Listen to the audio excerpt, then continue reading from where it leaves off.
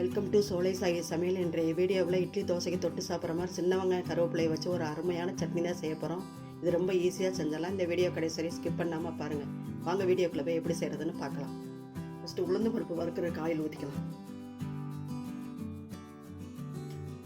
1 spoon இருக்கும். 2 table spoon உளுந்து பருப்பு போட்டுக்கலாம்.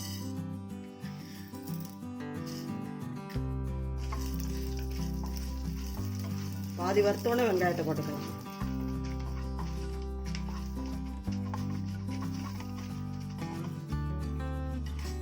உளுந்து பருப்பு நல்லா வறுவிட்டுருச்சு. ஒரு பிளேட்டில் எடுத்துக்கலாம். உளுந்து பருப்பு வறுத்த எண்ணெயே மீதம் இருக்கு. இதிலே வெங்காயத்தை போட்டுக்கலாம். 1 கப்பு சின்ன வெங்காயம் உரிச்சு வச்சுருக்கேன்.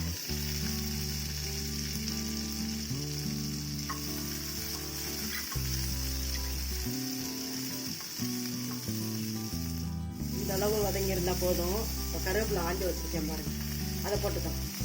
கருவேப்பிலை நிறைய போட்டால் நல்லாயிருக்கும். கருவேப்பிலையை சேர்ந்து வதங்க. இந்த டயத்தில் 6 மிளகா போட்டுக்கலாம். தேவையான அளவு புளியும் போட்டுக்கலாம். உப்பையும் போட்டுக்கலாம். நல்லா வதக்கிக்கலாம். கருவேப்பிலை சின்ன வெங்காய சட்னி எங்கள் மாமியார் ரொம்ப அரைப்பாங்க. இது ரொம்ப நல்லாயிருக்கும். பிள்ளைங்களுக்கெல்லாம் ரொம்ப பிடிக்கும். கருவேப்பிலையும் நல்லா சத்து இருக்குது, அயன் சத்து இருக்குது. சின்ன வெங்காயம் உடம்புக்கு குளிர்ச்சி.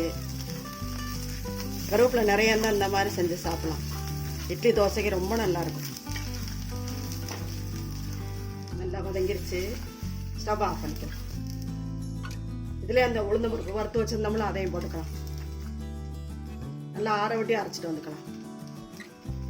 நல்லா அரைச்சி அரைச்சிட்டு வந்துட்டு பார்க்கலாம். நல்லா அரைச்சிட்டு வந்துட்டோம். அடுத்து தாளிச்சுக்கலாம்.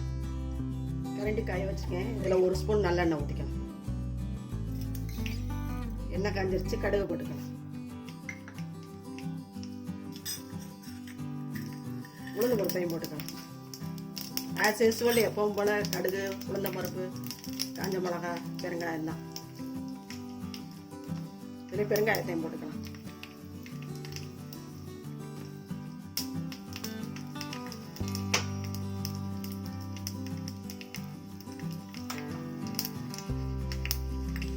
நல்லா பொரிஞ்சிருச்சு. சட்னியில் போட்டுக்கலாம்.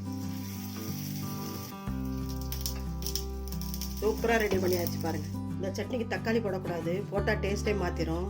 இதே மாதிரி சின்ன வெங்காயம் கருவேப்பிலை சட்னியை நீங்களும் செஞ்சு பாருங்கள். செஞ்சு பார்த்துட்டு எப்படி இருந்துச்சு கமெண்ட்ஸில் சொல்லுங்கள். இந்த வீடியோ பிடிச்சிருந்தா மறக்காமல் சோலை சாகி சமையல் சப்ஸ்கிரைப் பண்ணுங்கள். நன்றி, வணக்கம். அடுத்த வீடியோவில் பார்க்கலாம்.